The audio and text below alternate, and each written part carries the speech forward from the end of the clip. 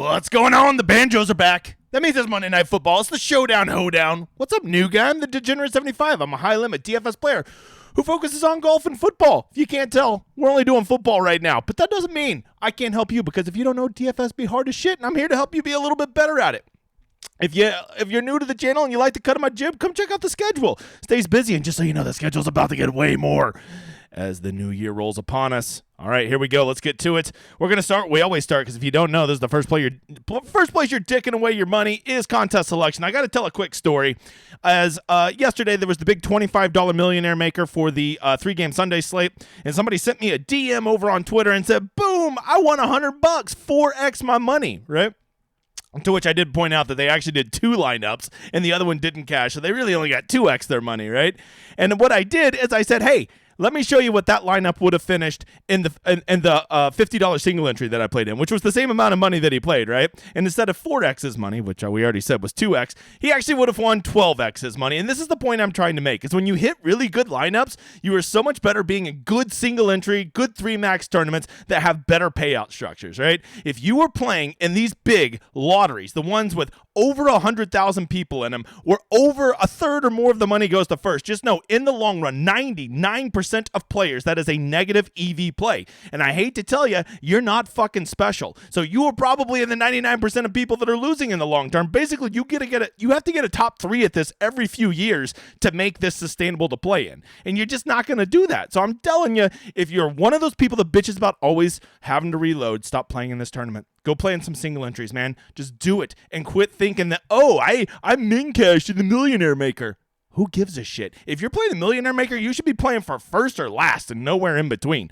Okay? So if you don't understand that, you probably don't understand how dumb it is to play in this. So that's it. That is a great little lesson. And that, of course, that my great response to that guy right over his fucking head. He'll be right back in this one tonight. Whereas if he could just go play in the $50 single entry, he could win some real money tonight. But you can't talk common sense with morons. All right. So that's contest selection. As always, let the number of lineups that you want to play dictate how many you play. Pick your game scripts that you like. Preferably, if you're going to play a game script, make sure that you are entering at least 5 lineups that kind of mix and match that script. I think up to 10 or 20 lineups for one script is fine. But if you're going to be playing like 3 different game scripts and you're doing 3 lineups, I think that's really stupid. Pick your one game script, find a pool of guys that fit into that, and mix and match those guys, right? Or do what I talk about with single entry. Go make your favorite lineup and then just go take one piece out and go insert another piece, right? Go take Paris Campbell out and put in Alex Pierce. Just that one-off piece could be the difference in you winning or not winning tonight, right? And you just have 3 versions of that one lineup where you're just taking a one-off piece. Same stuff I'm always preaching. I'll never stop, because I'm here to help you quit bleeding away money. You want to know the best contest to play in? It's mine right here. It's for a week long. Go hop in it completely free. First place gets a millionaire maker ticket with me that we will split. Second place gets a free month on my Discord. So people like that one. As you can see, our winner last week, Jeff, my man Jeff, flying my flag, by the way. Andy won, a double champion. 100 people in there. Pretty good, Jeff. Hey, while I got you here, make sure to like, subscribe, and turn on those notifications, because you know YouTube is not going to spread me around. So maybe tell a friend. I appreciate you. Can't help but notice the big guy's almost up 2,200, and there's no ads on here now that I'm not playing Christmas music and people aren't copyright claiming me. All right, let's get to this. Let's get to the slate. We got a 45.5 point total, which based on most NFL primetime games is a monster total. It seems like shootout city with a 45-point total. I will say this. The Chargers do have one of the more functional offenses in the NFL. They are relatively healthy, so that's pretty exciting, right? And then the Colts, okay, well, maybe not the Colts, right? We've got Matt Ryan out. We've got Ellinger out, so Big Dick Nick's going to be starting at quarterback. Jonathan Taylor is not playing. Matter of fact, let's just go through and look at some injuries real quick, some people that are going to be out. As you can see, the Chargers are looking pretty healthy. It looks like the only person of any consequence that's going to be out is, well, no one. They look like they got basically everybody. For the Colts, it's a different story. Matt Ryan is out. Jonathan Taylor is out. Kylan Granson's out. So there are some pieces missing there. And why that matters is because when those guys are out, it opens up usage for other people. And so we want to take advantage of that usage. The other thing I would tell you is most people tonight will be playing 4-2 Chargers builds, 5-1 Chargers builds, or 3-3 Chargers build with a Charger at captain. So the first place you can get different without having to sacrifice any good plays is just simply go play 4-2 Colts builds, 5-1 Colts builds, or 3-3 Colts builds with a Colt at the captain. Because I'm telling you, with these injuries, the Chargers being healthy, the Chargers being favored, that most people are going to ride the Chargers train tonight. So that's a great way to get different is by simply playing more Colts than you do Chargers. That doesn't mean you don't play any Chargers. That just means that you play more Colts than you do Chargers, right? Just be cognizant of that. All right, let's run the Sims and see how it looks. As you can see, the most optimal play tonight, no effing surprise. Justin Herbert only at 10,400. Not sure what the hell we're doing here, DraftKings. Justin Herbert should be every bit of 11,000, but whatever. As you can see, his projected ownership, 89% tonight, and as you can see, he's showing up in the optimal ridiculous 80% of the time, which, because his ownership is so high, actually makes him a negatively leveraged play, but not by very much, right? So you have to ask yourself, why is Justin Herbert so automatic to get there? Well, first of all, he offers a pretty decent floor just with a little bit of rushing that he gets. He also is going to be leading an offense that is projected for about 25 points, so that's really good. He gets it done almost every week with 2 touchdowns. The guy's just an auto lock tonight. However, is there scripts that he doesn't get there? Absolutely. If you want to go play a sloggy script, maybe you think this game's 16-13. Well, if that's the case, there is a decent chance Justin Herbert doesn't get there. He'll likely get outpaced by Eckler. He'll probably get outpaced by some wide receiver options like Pittman, Keenan Allen, people like that in a full-point PPR. So there are scripts to where he doesn't get there, but you have to ask yourself, what script are you playing? If you're playing the Chargers are going to beat the brakes off of the Colts, there's no way Justin Herbert doesn't get there. If you're playing a shootout script tonight, there's no way Justin Herbert doesn't get there, right? Matter of fact, I would say if you're playing those scripts, you probably really want to consider even playing him at captain. Maybe that's the way that you could play Justin Herbert and be a little bit different. But let your script dictate what you're going to do. Even if you're playing a Colts blowout, I almost think that Justin Herbert still probably gets there just backdooring garbage points in the fourth quarter, right? So these are some things to consider when it comes to Justin Herbert. Because tonight, anytime a guy's at 80%, to me, a lot of time it comes down to not are we going to play this guy or not going to play him, but how do we play him different than everybody else. And the only way that I'm truly fading Herbert is if I have a hot take. My script tonight is, that it's going to be a slog, right? And in the Dome, with Indianapolis being Indianapolis, I don't know if I love the slog narrative. But you know what? It's your lineup, so you make it however the hell you want, big guy. I'm just asking you to follow a script. From there, we've got Austin Eckler. Austin Eckler has, there for a while, it seemed like he was on the field about 90% of the time. That seems to have dropped back down to about 75%. He's still an amazing play. He catches the ball out of the backfield. He always finds the end zone. He gets plenty of goal line carries. So he is very attractive, right? Problem you're going to run into is you're going to want to start a lot of your lineups with Herbert and Eckler, and they do pair very nicely together, right? But at what point are you just sacrificing too much money? This is what you got to ask yourself. And if you're going to stack Herbert and Eckler, I think you need to be very cognizant of what the rest of your lineup's going to look like and what it does to it. Do you have some pump pieces that you're really comfortable doing? Because if you're just playing expensive guys to play expensive guys, and then it forces you to get on punts like Mo Alley Cox just to make the lineup work, well, do you really like Mo Alley Cox, or are you simply just playing him so that you could go cram in a bunch of studs?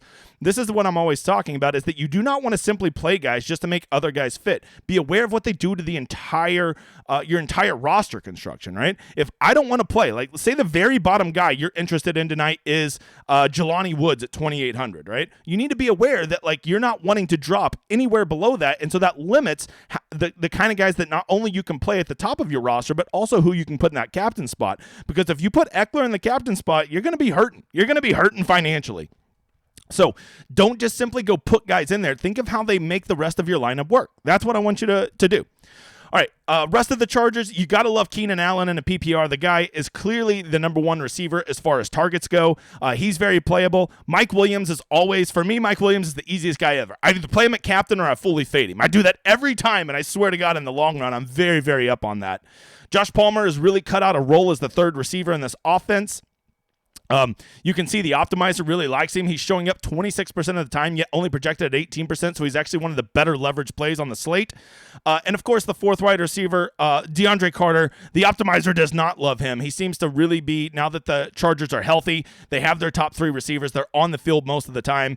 It's really starting to fade him out of the game. Plus, we know the Chargers love to use their tight ends. If you don't know, Gerald Everett at 4,800 is a tremendous price. He's very involved in the offense. He's on the field most of the time.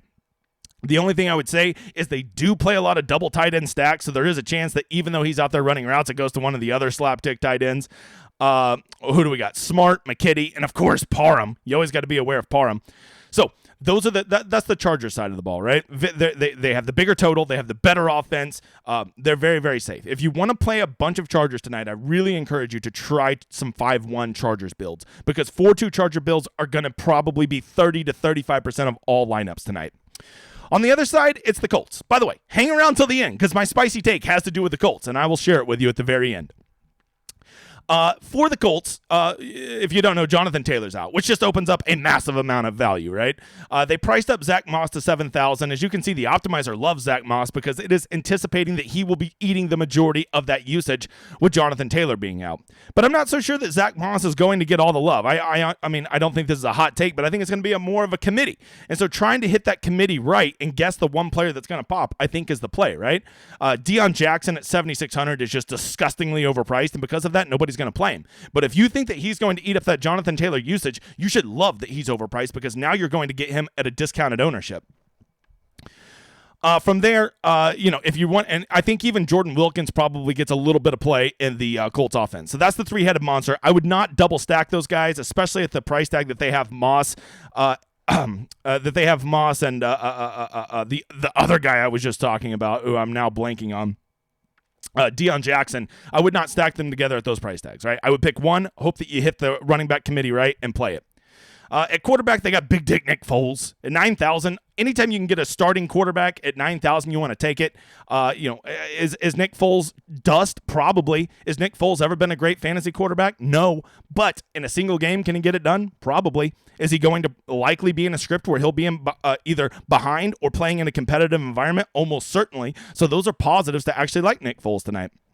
Wide receiver is pretty simple. To me, I think Michael Pittman Jr., as weird as it seems, actually seems to be the guy that will benefit the most from Jonathan Taylor being out. I think that they realize he's definitely their best player on offense, and they're going to get him the ball. And at $8,200, a ridiculous price tag for a team that's going to be playing from behind, Michael Pittman Jr. seems like a nuts play tonight if you think that the Colts can be competitive. Okay, if you think the Colts are going to get blown out, well, then maybe you don't play him. I think you also always got to pay attention to Alex Pierce at $2,800. The dude is a home run machine. They just love to chunk the ball deep to this motherfather. He catches one of them and takes it to the house, or just catches two bombs. He will not only pay off that $2,800, I think he's also a viable captain play. I don't know that you need to play a super cheap captain tonight because there's not tons of great pay-up options, but if you want to get that Herbert Eckler stack, I think a Pierce at captain makes sense. One big bomb for a touchdown, or just two big catches, he'll probably be an optimal type captain play there, right? So Alex Pierce, not the worst. Paris Campbell is on the field more than Alex Pierce, but does not get the high average ADOT that we get from Alex Pierce, but I still think he's viable. And then I think the most interesting one is, what the hell do we do with the Colts tight end? They're great values. Mo Alley Cox is $200. Jelani Woods is $2,800. If you don't know, Granson's out, who has been running the primary amount of plays for them. With him out, that's going to open up some usage. It's going to get Woods and Cox on the field more. And if you don't know rule number one, you can't fucking score DFS points if you're not on the field, Bob. So with these guys on the field more, I think you have to be very warm to these tight ends. Do I know which one it's going to be? No, I don't. But I will tell you this. They are definitely on my radar to consider. Lastly, kickers and defense. Kickers and defense is how I always feel. I'm open to them. I usually never play more than one of them in a lineup unless I'm playing a really, really sloggy narrative for the day. I also like to be very aware of pairing my defense. I love, if you're going to run an Eckler, as your captain, I think the Chargers defense makes a lot of sense, right? Because that probably means the Chargers are controlling the game. The Colts are playing from behind, passing equals more sacks, more interceptions, more pick sixes, and these are the things we want to attack. So that's how I like to use my defense, is using it to complement the rest of my lineup. If with the game being in the dome tonight, it's going to be a safe environment for kickers. So if you think these offenses are going to be stalling a lot in the red zone, well, then kickers start to get some value, don't they? I would say probably the Colts kicker is probably a better play than the Chargers kicker, as we know that the Chargers are just a better offense down in the red zone. And those are the things you need to consider, because your kicker can't score points if he's not getting opportunities to kick field goals, right? So there you go. Last thing we'll hit on is captain's plays. For my captain, I either want usage monsters, people that I think are going to eat up all the usage, a Herbert, a Pittman, a Keenan Allen, or I want a home run guy like Alex Pierce. Okay, those are the kind of guys I'm targeting for captain.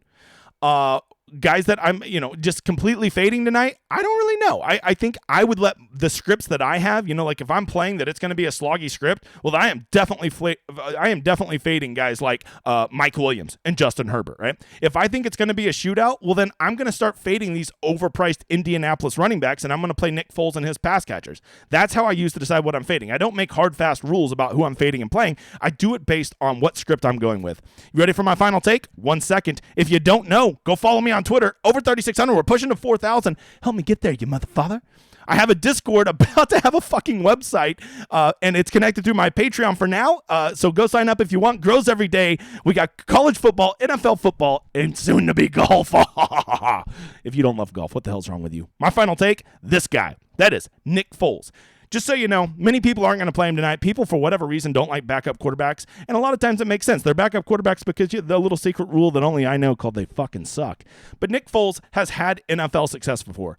Nick Foles, he won a fucking Super Bowl. He can be a functional NFL quarterback. $9,000 quarterback starting in Showdown is always appetizing.